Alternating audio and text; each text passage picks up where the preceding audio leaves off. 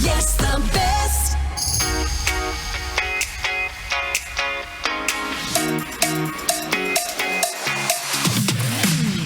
Gandang gabi! Kasama mo na ang bibi mo sa radyo, DJ B-Boy Bibo!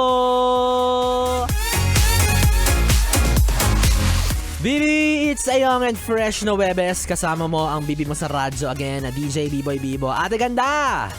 Hi sa'yo na talaga namang kahit saan magpunta ay ligawin. Ligawin sa daan. Kasi naman ikaw kuya, ang usapan, ituturo mo yung tamang daan. Bakit niligaw mo naman? Hindi ka pala sure kung saan yung tamang lugar na tinatanong sa'yo tapos kung saan-saan mo tinuro. Amats mo rin no? Kaya minsan, napapaisip ako kung kumusta na kaya yung mga taong nagtanong sa atin kung saan yung papuntang ganito-ganyan. 'Di ba? Nakarating nga ba talaga sila sa dapat nilang puntahan? Parang hindi. Lalong naligaw.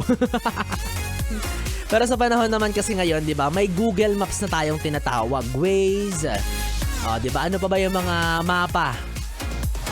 Sarili mo na lang talaga yung kalaban mo kung hindi mo pa rin talaga alam kung ano yung kanan at kaliwa. Oo, pero one time narinig ko sabi ng navigator, kumanan sa kaliwa. Ay, ano yun? Naligaw kami lalo, kumanan kami sa kaliwa. Saan papunta yun?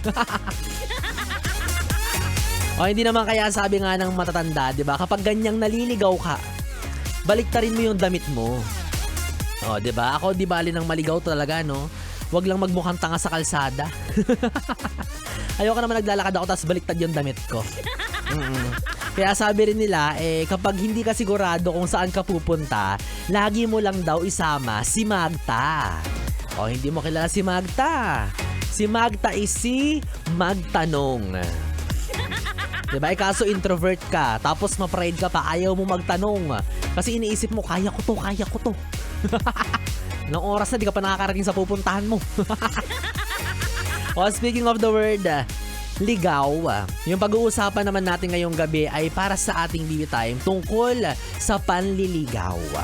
Dahil dyan, hi sa'yo ate na nagsasabing kaya wala ka pang jowa kasi ayaw mo pa. Pero ang totoo, wala naman talaga nanliligaw sa'yo. Grabe naman si B-Boy. Hay nako, wala na rin naman kasing diba? Sa panahon ngayon, yung mga matsatsagang manliligaw, wala nang ganun. Hindi na uso yung ganun. Hoy kuya, mag-effort ka naman. Hindi sapat yung pinupusuan mo yung mga my day niya, binabati mo siya ng good morning sa umaga, o hindi naman kaya tatanungin mo kung kumain na ba siya. Hindi effort yun. Diba kuya driver? Diba kuya guard? Hindi ganun manligaw. Alam mo kung paano? Secret, toothbrush ka muna. Yun yung clue ha, mag-toothbrush ka muna. Sinasabi ko sa iyo, papansin ka ng papansin kay crush pero hindi ka naman marunong mag-toothbrush. Nakakahiya, baka maamoy niya ang iyong esophagus.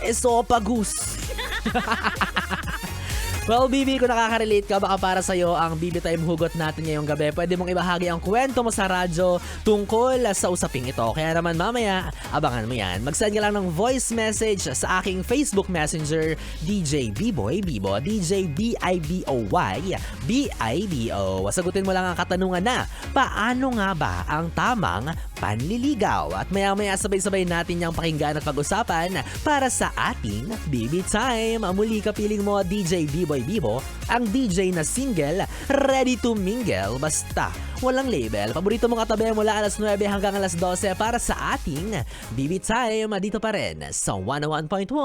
Yes, the best. Yes, the best.